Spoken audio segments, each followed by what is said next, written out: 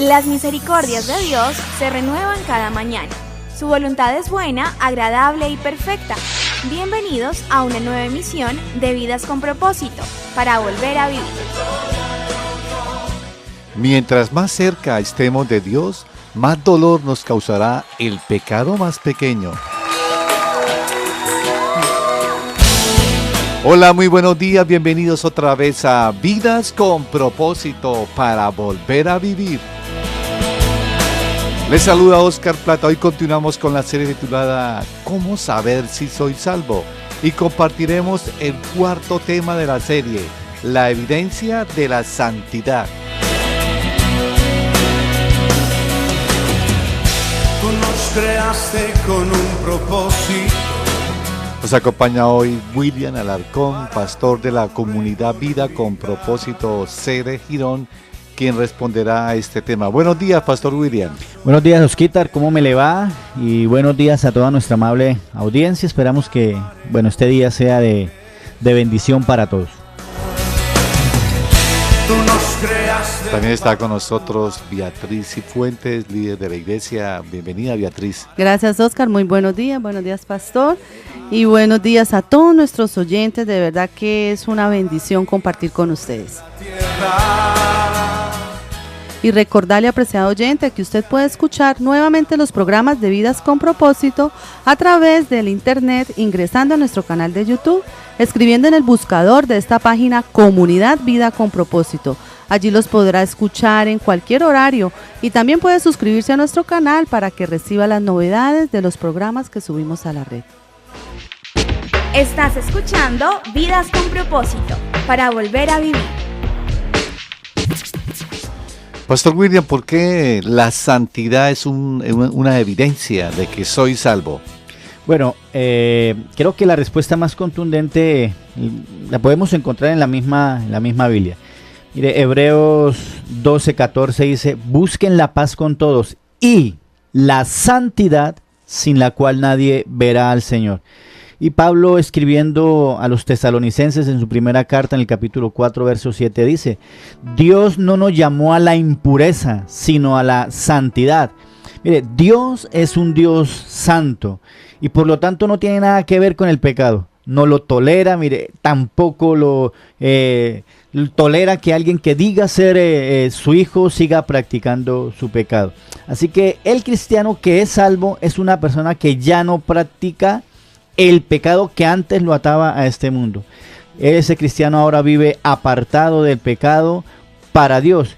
Él ha sido liberado del poder de pecado gracias al sacrificio de Cristo en la cruz y por eso ahora él es santo y puede practicar la santidad. Ya que el tema de hoy es la santidad como evidencia de la salvación, pastor, definamos entonces qué es la santidad. Primero entonces voy a decir lo que no es santidad. Mire, la santidad nada tiene que ver con la apariencia y forma externa, ¿no? La santidad no se trata de guardar regulaciones y reglas que han sido colocadas por hombres. La apariencia en nada está ligada a la santidad y entonces podríamos decir que alguien que aparenta santidad solo refleja religiosidad. La santidad es, por decirlo de alguna manera, un vestido espiritual y significa ser consagrado, separado exclusivamente para un plan y propósito de Dios. Podríamos decir también que es estar disponible para el uso exclusivo de Dios.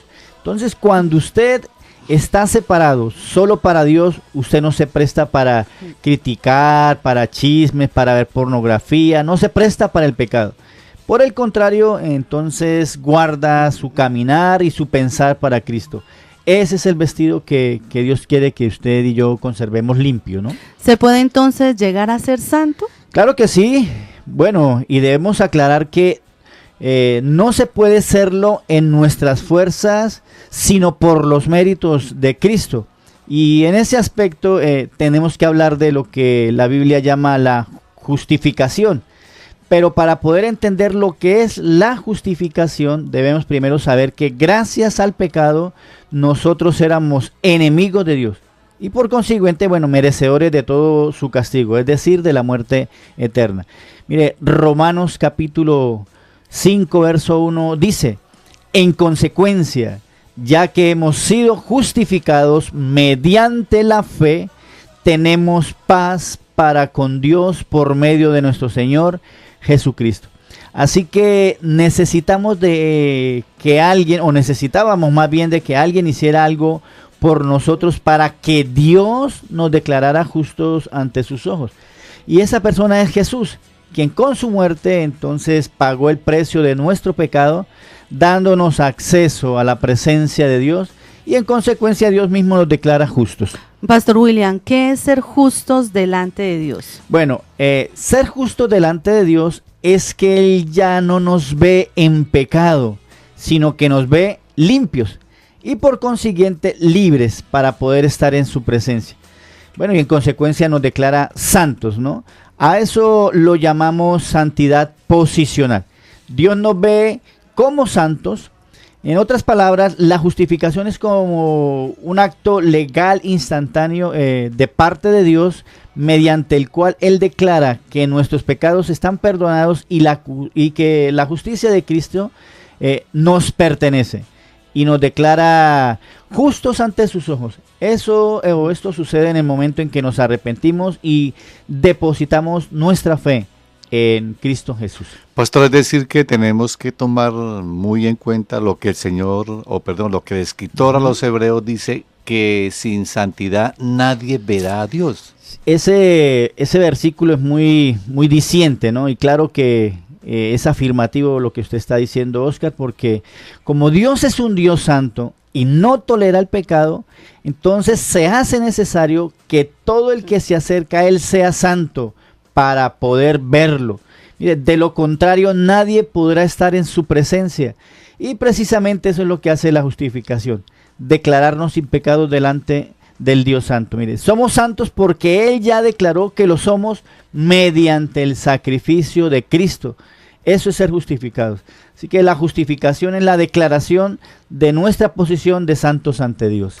Bueno, ya entendimos, pastor, que nuestra santidad comienza cuando Dios nos declara justos en su presencia y gracias al sacrificio de su Hijo. Después de haber sido declarados santos, ¿qué más sigue? Bueno, después de haber entonces, como usted lo dice, Betty, declarados santos, el cristiano comienza lo que podemos llamar el proceso de santificación. Mire lo que dice Primera de Juan, capítulo 3, verso 9. Ninguno que haya nacido de Dios practica el pecado, porque la semilla de Dios permanece en él. No puede practicar el pecado porque ha nacido de Dios. El proceso de la santificación es la parte aplicativa de la justicia, lo podemos llamar así. Es decir, llevar a la práctica lo que Jesús hizo por mí. Es una obra progresiva, ¿sí?, a lo largo de nuestra vida en esta tierra. Mire, es un acto donde tanto como Dios y el hombre participan, cada uno desarrollando, el papel que le corresponde. Podemos definir entonces la santificación como una obra progresiva de Dios y del hombre que nos lleva a estar cada vez más libres del pecado y parecidos más a Cristo.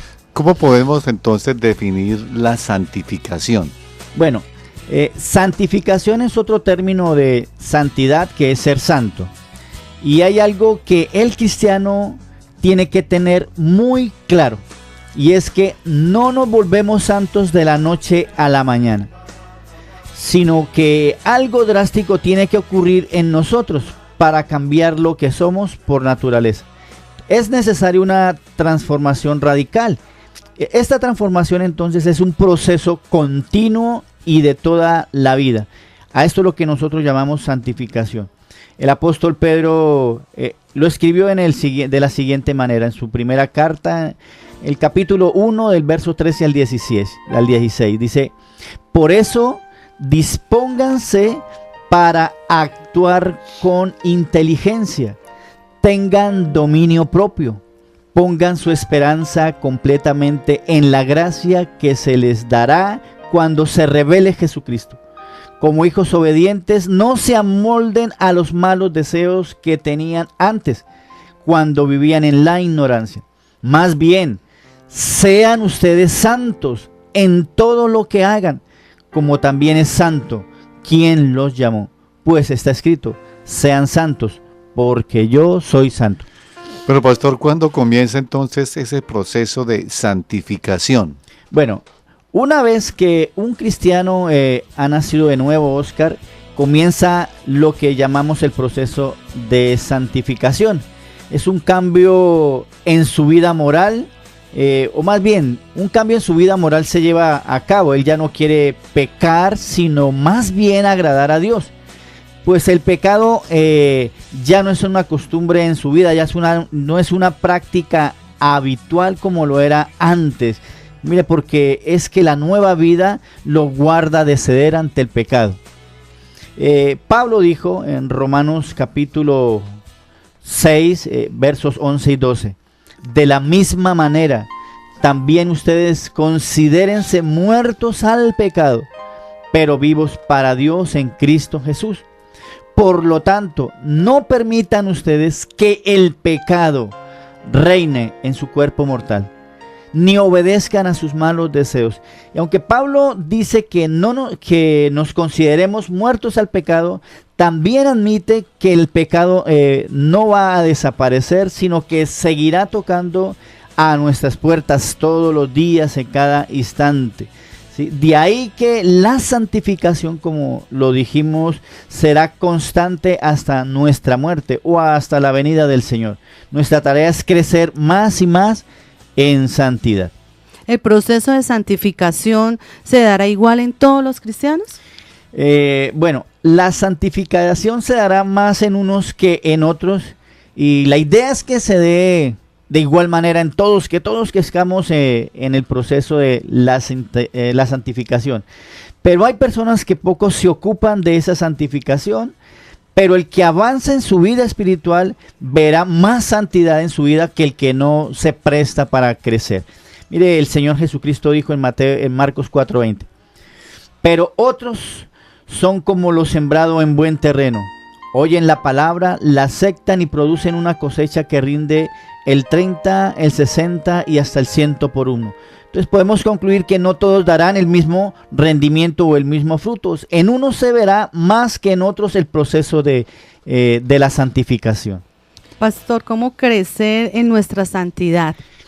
Bueno, lo primero es piense en la gloria de Dios. Pablo escribió en 1 Corintios 10:31. Entonces, ya sea que comáis, que bebáis o que hagáis cualquiera otra cosa, hacedlo todo para la gloria de Dios. Usted y yo ahora vivimos para la gloria de Dios, ya no vivimos para nuestra propia gloria. Por eso es que todo lo que debemos hacer debe ser en función de Él, del que nos rescató, del que murió en la cruz del Calvario, incluido, bueno, lógicamente nuestro diario vivir. Quien vive para la gloria de Dios buscará no defraudarlo, porque Él es la razón de su existencia. Como creyentes, todo lo que hacemos debe tener un denominador en común: la gloria de Dios. Mire, la gloria de Dios debe ser nuestro motor para caminar nuestra vida de santidad. En las iglesias hay muchas motivaciones incorrectas hoy en día para aparentar piedad y santidad. Entonces, reconocimientos, halagos, el legalismo, pensar que Dios nos va a bendecir porque practicamos estas cosas. Pero la motivación correcta en el cristiano tiene que ser Dios. Mire, si la Biblia dice que Dios es un Dios santo y glorioso, que merece toda la gloria, Él también nos ha salvado para Él. Y ahora en agradecimiento nosotros, los que hemos sido redimidos por la sangre de Cristo, vivimos para su gloria. Cuando usted y yo vivimos para la gloria de Dios, buscaremos en lo más mínimo pecar. Bueno, y en consecuencia, ahí es donde empezamos a crecer en santidad. Pastor, hay creyentes que piensan que este trabajo solo le corresponde a Dios, es decir, crecer en su santidad. Bueno, en parte anterior del programa lo aclaramos, es un proceso donde actúa tanto el hombre como Dios. Entonces, cuando hablamos de vivir para la gloria de Dios, lógicamente implica esfuerzo de parte del creyente, lógicamente apoyado en Jesús por medio de su Espíritu Santo. Y mire lo que escribe Pablo a los Filipenses, capítulo 2, verso 12 al 13. Así que, mis queridos hermanos, como han obedecido siempre, no solo en mi presencia, sino mucho más ahora en mi ausencia, lleven a cabo su salvación con temor y temblor, pues Dios es quien produce en ustedes tanto el querer como el hacer para que se cumpla su buena voluntad. Así que la vida de piedad del creyente incluye el ocuparnos nosotros, pero ese deseo de trabajar en nuestra piedad o en nuestra santidad solo proviene de Dios. No está en nosotros trabajar por la santidad, a menos de que Dios haya colocado su espíritu en nosotros. Y entonces al final lo que hacemos es porque Él nos ha dado el deseo y es para su beneplácito o para su gloria. No es responsabilidad solo de Cristo nuestra santificación, eso tiene que quedar muy claro. Alguna vez le escuché a alguien decir que quería salir de las drogas, entonces yo voy a esperar que Dios me cambie. O que no, así no es. Debo estar involucrado. Cuando le preguntamos a un cristiano sobre qué está haciendo para su santificación, muchos responden, estoy orando. Pero hay que ir más allá y sin decir que no hay que orar. Claro, debemos orar intensamente, pero una simple oración que Dios dice, cámbiame, no es lo que la Biblia nos muestra como la forma de crecer. Esa oración debe estar acompañada de arrepentimiento, meditación y lógico conductas santas. Estamos en Vidas con Propósito en el dial 1020 AM y por internet a través de radioprimavera.com. Hoy con el tema La evidencia de la santidad. Lo primero que debemos hacer para crecer en santidad es viva o haga todo en su vida para la gloria de Dios. Pastor William, ¿qué otro elemento debo agregar a mi vida para crecer en santidad? Bueno, lo segundo, Oscar, es tenga una correcta visión bíblica. Mire lo que Pablo le escribe al joven pastor Tito. Eso está en Tito capítulo 2, verso 11 al 13. En verdad, Dios ha manifestado a toda la humanidad su gracia, la cual trae salvación y nos enseña a rechazar la impiedad y las pasiones mundanas. Así podremos vivir en este mundo con justicia, piedad y dominio propio, mientras aguardamos la bendita esperanza, es decir, la gloriosa venida de nuestro gran Dios y Salvador Jesucristo. Entonces, una mala interpretación de lo que es santidad y de lo que es santificación hará que nosotros desdibujemos lo que Dios quiere hacer y lo que Él quiere que hagamos en cuanto a nuestro crecimiento en la santidad. Pastor William, ¿qué nos enseña este pasaje que acaba de leer? Bueno, este pasaje nos muestra que la gracia de Dios es la que nos enseña diariamente a morir a nosotros mismos y así poder vivir para Dios. Podemos ver en este pasaje que la vida del creyente consiste en dos aspectos: negar la impiedad, y vivir de una manera piadosa. Es decir, que no tan solo debemos eliminar las conductas contrarias a la palabra de Dios, sino que también tenemos que aplicar las conductas acordes al carácter de Dios. Así, por ejemplo, el que estaba airado contra alguien debe arrepentirse, pero no solo arrepentirse, sino dejar de sentir ira. Debe amar a su enemigo, debe perdonarlo. Sí, debe, como el Señor Jesucristo lo dijo en el Sermón del Monte, bendecirlo, orar por él. El que tiene por lo menos pensamientos lujuriosos, no tan solo debe de pensar en tenerlos, sino también pensar en todo lo amable, todo lo bueno, todo lo que es recto, todo lo que agrada a Dios. Pastor, ¿cómo hacemos esto? Bueno, Pablo nos dice que es por medio de la gracia de Dios que se ha manifestado en el creyente. ¿Qué quiere decir Pablo con esto? Bueno, que la gracia de Dios que se ha manifestado es Cristo por medio del Evangelio. Esta gracia es la que nos enseña a poder renunciar al mundo y a vivir para Dios. La gracia hace su efecto cuando nos exponemos constantemente a la misma, a través de los medios que Dios nos ha dado para recibirlo: la oración, la meditación en la Escritura, la comunión con los creyentes, cumpliendo las ordenanzas, congregarnos para adorar y escuchar el Evangelio, proclamar incluso el mismo Evangelio. Miren, no hay ninguna fórmula mágica para aplicarla. Mediante estos medios de gracia, Dios usa su Espíritu para darnos convicción de pecado, arrepentirnos y en su gracia colocar conductas que nos ayuden en la santificación y que le den la gloria a Él. Pastor, ¿qué otro aspecto debemos tener en cuenta para crecer en santidad? Bueno, entonces lo tercero que podríamos decir es: sea intencional. Muchas veces perdemos la perspectiva de que el trabajo de santificación necesita de intencionalidad diaria. Todos los días batallamos contra nuestro pecado, contra nuestra naturaleza pecaminosa. Y con aplicar, por la gracia de Dios, un comportamiento piadoso. Diariamente tenemos que examinar nuestro corazón y a través del Espíritu Santo identificar tendencias pecaminosas en el mismo corazón. Una vez que nosotros identificamos esa tendencia pecaminosa, el llamado bíblico es a venir en arrepentimiento a Dios y confesar nuestro pecado. Por lo menos dijimos, si usted siente ira, oiga, yo estoy airado contra este o aquel hermano, aquella persona, entonces usted va, la comenta o la ora delante de Dios, se confiesa su pecado y se arrepiente. Entonces en ese proceso le pedimos a Dios su gracia para renunciar a esa manera de vivir o a ese pecado y en consecuencia empezar a caminar en obediencia. No es suficiente de dejar de hacer lo que estamos haciendo, sino que aplicamos los frutos del Espíritu contrarios a nuestra conducta pecaminosa. Esta lucha contra nuestra carne es diaria y permanentemente, pues la carne nunca dará tregua, ¿no? Bueno, pastor, ¿cómo podemos entonces concluir este programa, este tema de esta mañana? Ya que hablamos, ya que dice el Señor, dice el apóstol Pablo a los tesalonicenses, les escribe que la voluntad de Dios es que seamos santificados y que nos apartemos de toda maldad.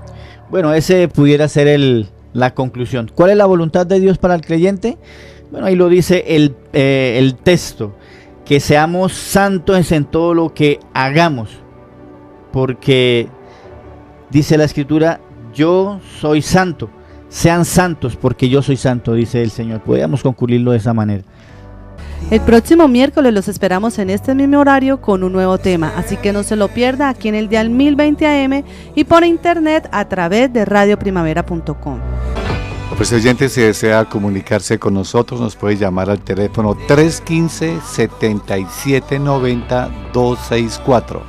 315-7790-264, que es el teléfono del Pastor William de la Comunidad Vida con Propósito sede Girón. Gracias por escucharnos, los esperamos el próximo miércoles y les deseamos que tengan un día